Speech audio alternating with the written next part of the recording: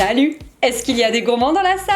Non, parce qu'aujourd'hui, on va faire la recette de la mousse au chocolat vegan avec juste du jus de pois chiche. Vous allez voir, c'est complètement fou. Donc, je prends un saladier, une passoire et je prends mon bocal de pois chiches. Donc, c'est un bocal de 400 grammes, pois égouttés. Et je vais justement l'égoutter dans ma passoire. Je prends une cuillère pour bien enlever tous les pois chiches.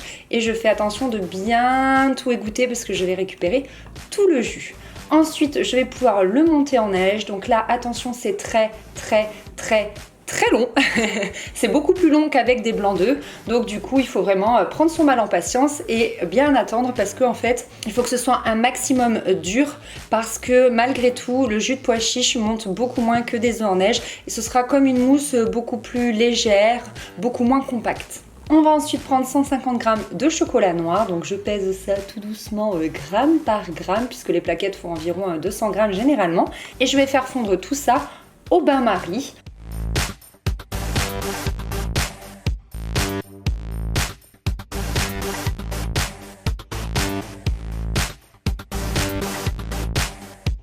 Donc je remue de temps en temps pour voir si tout fond bien. Et ensuite je vais pouvoir verser le chocolat dans mon saladier à l'aide d'une maryse pour bien racler tout le long de la casserole et ne pas laisser une seule goutte de chocolat. À ce moment-là, plusieurs options s'offrent à vous. Vous pouvez mettre une pointe de sel, vous pouvez mettre du sucre, pas trop quand même parce qu'il y en a déjà pas mal dans le chocolat pâtissier suivant celui que vous achetez. Et ensuite on va incorporer tout doucement et petit à petit les blancs en neige. Donc vous voyez, je fais toujours ce mouvement de base en haut pour essayer de casser au minimum le jus de pois chiche et petit à petit, donc c'est très long, je vous l'ai mis en accéléré, voilà ce que ça donne.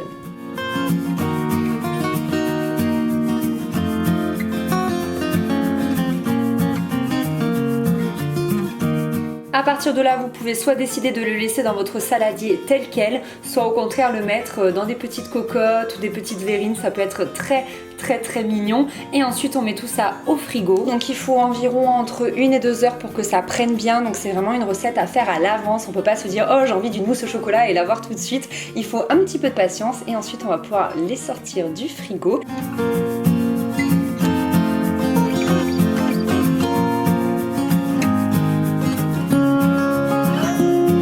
Et là, on va un petit peu faire quelques toppings pour les décorer. Donc, vous pouvez mettre soit de la noix de coco râpée, soit vous-même râper un petit peu de chocolat à l'aide d'un couteau, ou encore vous pouvez mettre quelques fruits secs concassés.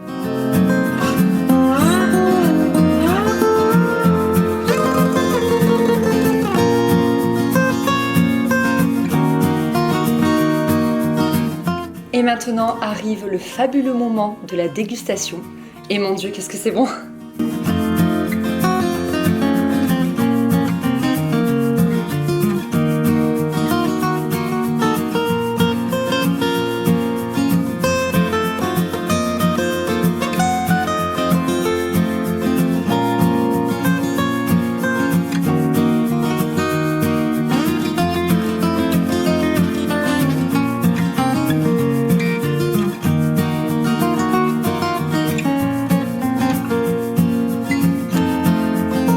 Voilà tout le monde, cette vidéo est terminée, j'espère que ces recettes vous auront plu. En tout cas, donnez-moi des nouvelles parce que franchement, moi j'adore, ça donne une mousse au chocolat beaucoup plus légère, beaucoup plus facile à digérer que la mousse au chocolat classique et en tout cas, j'en suis trop fan.